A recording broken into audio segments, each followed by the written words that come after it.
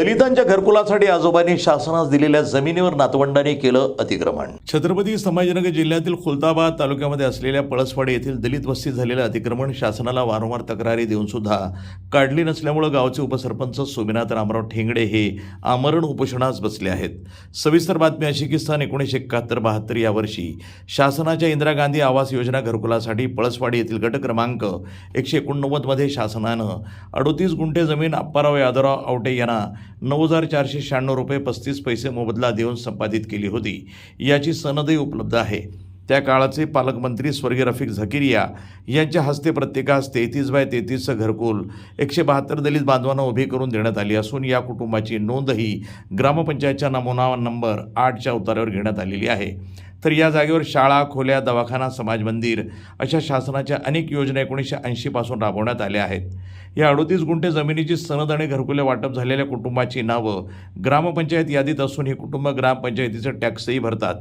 सन 1971-72 या काळापासून या जागेवर वास्तव्यास राहणाऱ्या दलित वस्तीतील या कुटुंबाचे तहसीलच्या 7-12 नमुन्यामध्ये नाव नोंदणी नसल्याचा फायदा घेत अप्पाराव आवटे यांचे नातू माधव दिगंबर जगताप, दादाराव जगताप यांनी शाळा, खोली, शाळेचे प्रांगण, दलित बांधवांना देण्यात आलेला हातपंप या जागेवर अतिक्रमण केलं असून समाज मंदिरामध्ये स्वतःचं घर थाटलं आहे।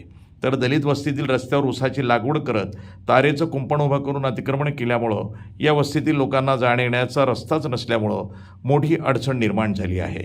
झालेलं हे अतिक्रमण काढण्यासाठी उपसरपंच सोमनाथ ठेंगडे हे गेल्या 3 दिवसापासून आमरण उपोषणासाठी तहसील कार्यालय इथं बसले असून अनेक गावकरी त्यांच्यासोबत या आमरण उपोषणामध्ये सहभागी झाले आहेत।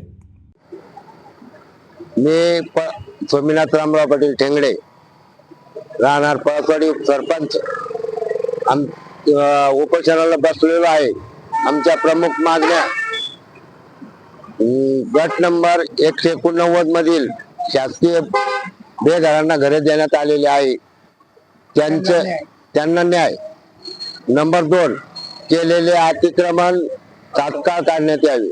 नंबर 3, जिल्हा परिषद शाळेचे पटांगण नांगरणे, जिल्हा परिषद समाज मंदिर हे ताब्यात घेणे, हातपंप, रस्ते हे संपूर्ण बंद केलेले, गोरगरिबाला जाण्यावर रस्ता राहिलेला नाही, म्हणून आम्ही आज उपोषण करतोय गावकऱ्यांचं। माझं नाव कमलबाई काशीनाथ गायकवाड, राहणार पळसवाडी। आज ह्या जागेवर मी आज 72 मध्ये हे घरकुल इंदिराबाईच्या काळात दिलेलं आहे, तेव्हापासून मी इथे राहते। आणि इथं इंदिराबाईच्या काळामध्ये जे रोड सोडलेले होते, मोठमोठे रोड सोडलेले आहेत आणि शाळेचे मुलं सुद्धा या रोडनं जायचे।